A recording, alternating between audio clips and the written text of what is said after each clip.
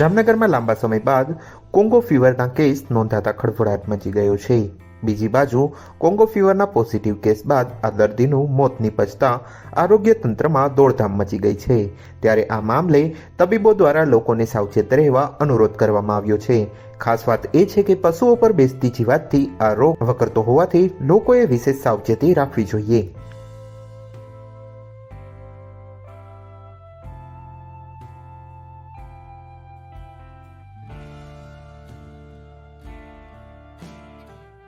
જીજી hospital જામનગરમાં 21 તારીખે એક દર્દી તાવ સાથે દાખલ થયેલા, જેમને ઘરે ઢોરને એની સાથે કામકાજ હતું. એમના રિપોર્ટ છે નેશનલ ઇન્સ્ટિટ્યૂટ વાયરોલોજી પુણે ખાતે કોંગો ફીવર માટે મોકલવામાં આવ્યો હતો, જે રિપોર્ટ પોઝિટિવ આવ્યું. દર્દી ગઈકાલે મૃત્યુ પામેલ છે. કોંગો ફીવર જે છે એમાંથી ગભરાવાની જરૂર નથી, એ રૂટીનલી ફેલાતો નથી.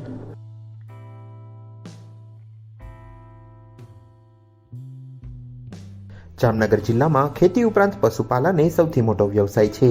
ત્યારે કોંગો ફીવર પશુઓ પર બેસતી જીવાતથી વકરતો હોવાથી સાવચેતી રાખવાની જરૂર છે.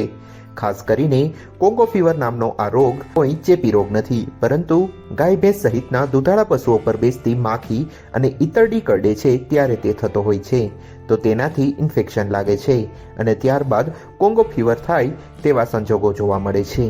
આથી આ મામલે સાવચેતી રાખવી જરૂરી છે અને સ્વચ્છતા પણ રાખવી ખૂબ જરૂરી છે.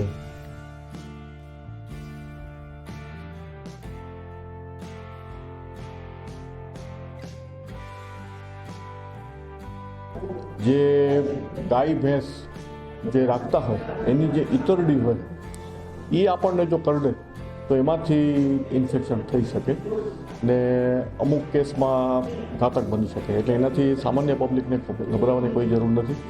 હાલ મ્યુનિસિપલ કોર્પોરેશનની ટીમ ને જીજી હોસ્પિટલની ટીમ આ જે કેસ હતા એના કોન્ટેક્ટ ટ્રેસ કરવામાં કામે લાગેલ છે ને બીજા કોઈ પણ દર્દીને એના સિમ્ટમ બીજા કોઈ પણ કોન્ટેક્ટને હજી સુધી એના કોઈ લક્ષણો દેખાણા નથી. લોકોને સાવચેત રહેવા માટે શું કરવું? આમાં કંઈ ચિંતા જેવું નથી. આ રૂટીનલી એક માણસથી બીજા માણસને સ્પ્રેડ થાય એવી બીમારી નથી, એટલે કોઈ ગભરાવાની જરૂર નથી.